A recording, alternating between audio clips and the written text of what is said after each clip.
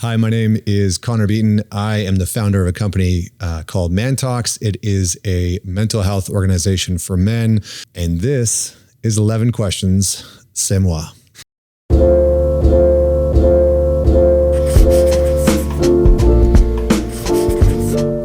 What is your elevator pitch to why there are so many young men single in 2025?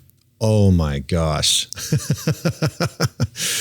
I think there's a number of things. The economy sucks. You know, a lot of young men are not incentivized to go and work.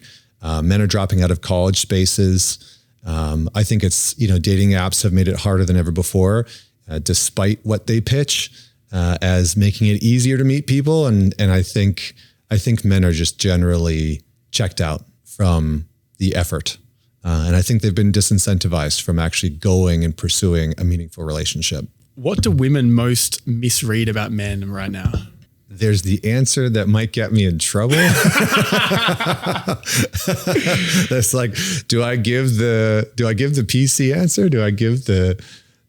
We're bastions of truth here. That's right.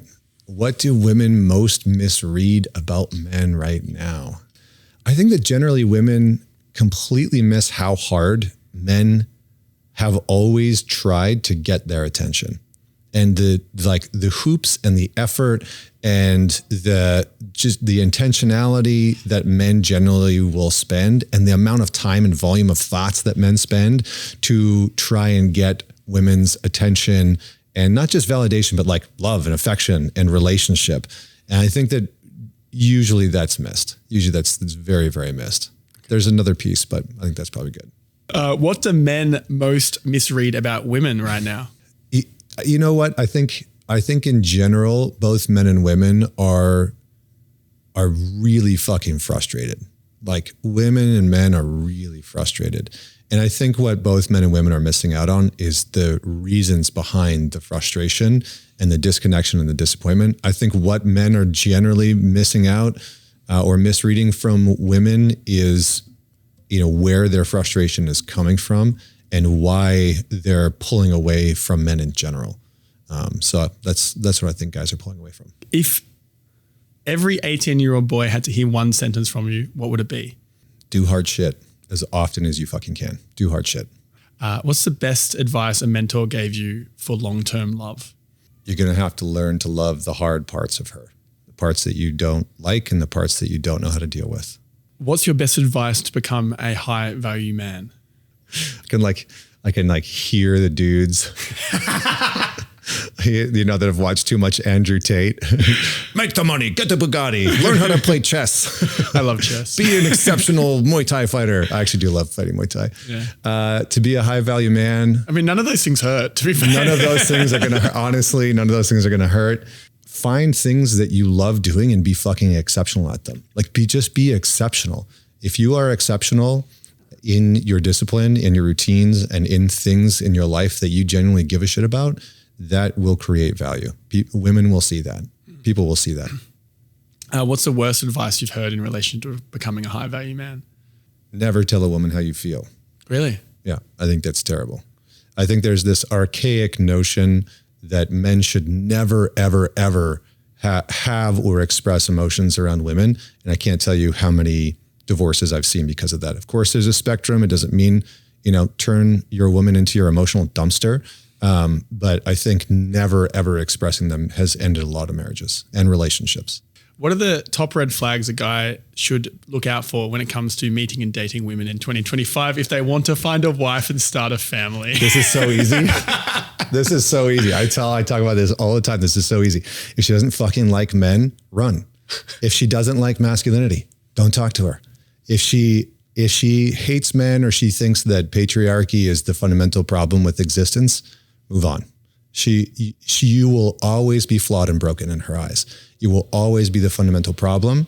And I think this is one of the major issues that we're facing in modern dating relationships.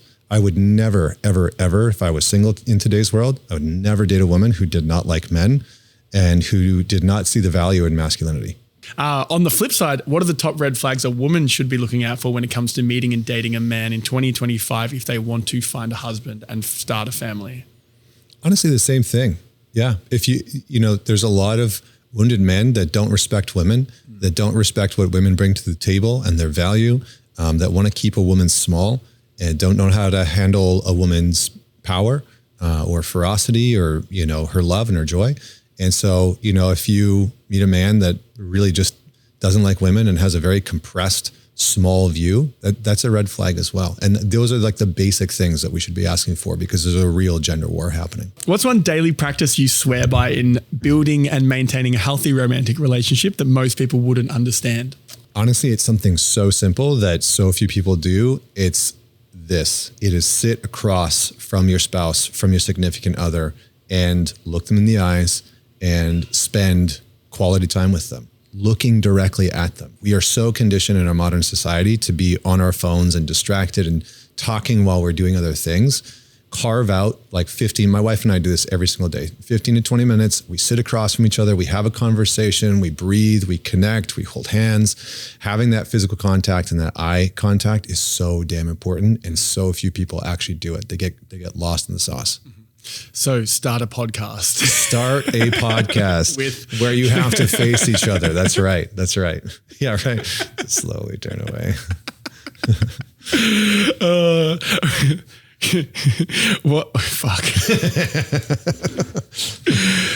And my last question for you is, what is the craziest story you've been a part of that makes you go, wait, how did that happen?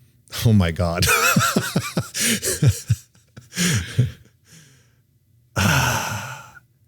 Okay, so I've never told this on a podcast before. I grew up in Alberta, in a town outside of Edmonton. And when I was 19, I bought a 1,000cc motorcycle. And my buddies and I would go riding, and we ended up at a strip club one night, and it was like the dankest, grossest strip club ever. Like, it was a truck stop strip bar. And I just remember being in that place being like, why in the fuck am I here? Like, what are we doing here? But one of the guys that I rode with, he was like, I don't know, he was all about it. He was all about like this strip club for whatever reason. And at some point, strippers came off the stage. They were talking with us. We convinced them that they should go on a ride on the bikes with us. We get on like the main highway. We are going way too fast with strippers on the back of our motorcycles. And all of a sudden cop sirens go off, and we all four of us just fucking take off. And so we are running from the police with strippers on the back of our motorcycles, and end up back at the strip bar like half an hour later after running from the cops. And I remember getting back there being like, well, this was one of the dumbest things that I've ever fucking done in my life. And now I'm going to go home, and just like said goodbye to the strippers. I was like, guys, I'm out of here. Like, that was enough insanity for tonight. And I just went home. It was kind of fun. Yeah. Like, it's kind of, it's a, like, that was a kind of fun story, but at the same time, it was like, that was just dumb. That was just dumb.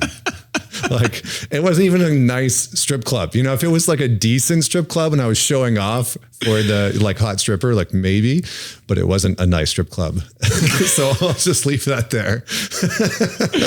All right, Connor, thank you. I'll see you on the other side. You bet.